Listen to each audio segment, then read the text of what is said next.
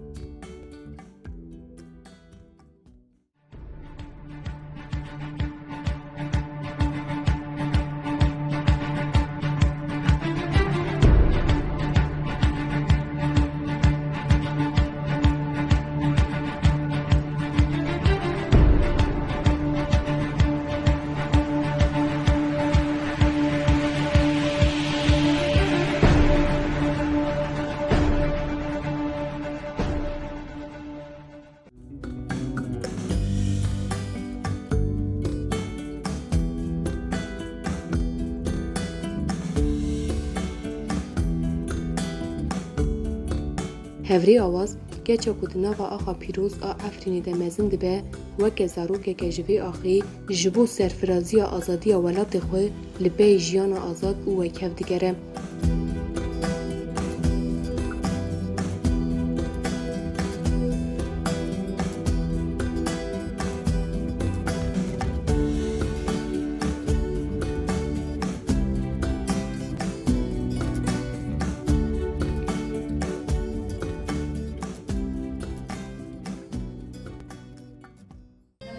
شورشگری آواز آرمین نوی منی ماله نسرین احمد حضور 16 العفن تدريبنا سدما تدريبنا من راستی شيء جقدر لمو او حوالا مناسكر راستی بوام تدريبو راستی نم دخازن هم دسبيكي يعني آرمانجي كما هي كواز بكم دسبيكي أسروك خالص قار بكم وكي تجي بكر قال بندست وقال كردستان عم بكر روزگار بكر راستی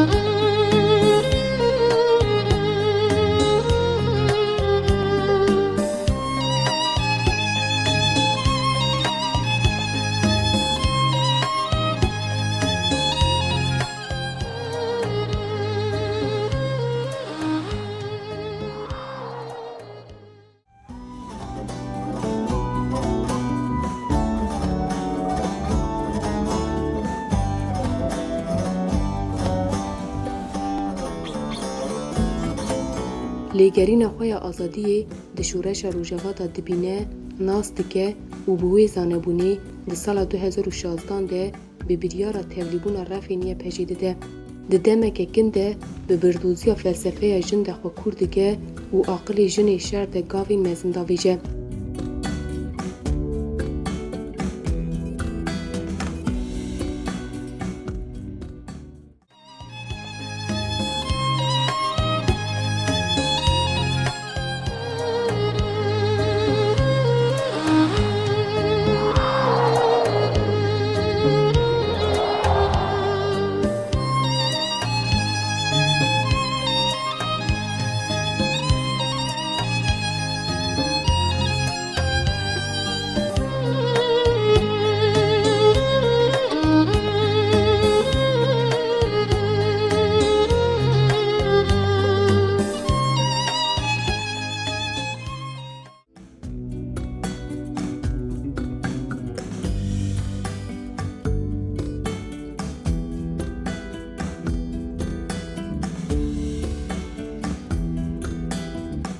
bi van pêşketinên ku dixwe de ava dike ve cihê xwe li yekîneyên antîteror de digire. Di geliyên zor û zehmet de birûkeniya li ser rûçikên xwe dibe hêza moralê ji bo hevreyên xwe.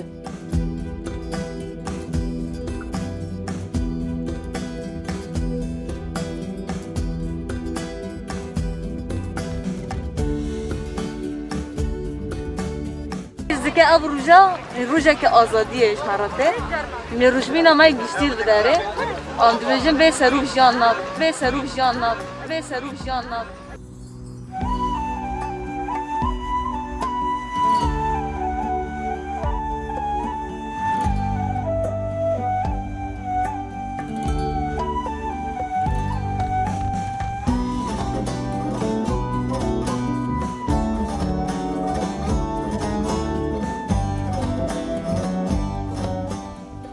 Di bîstê çileyê sala 2022 de dema çeteyên Daîş bi awayekî ûvane êrişê bajarê Hesekê kir, hevrê awaz bi hemû hêz û îradeya xwe li hemberî çeteyên hofşer kir û piştî berxwedaniyeke bêhempa tevlî pakrevanên welatê xwe bû.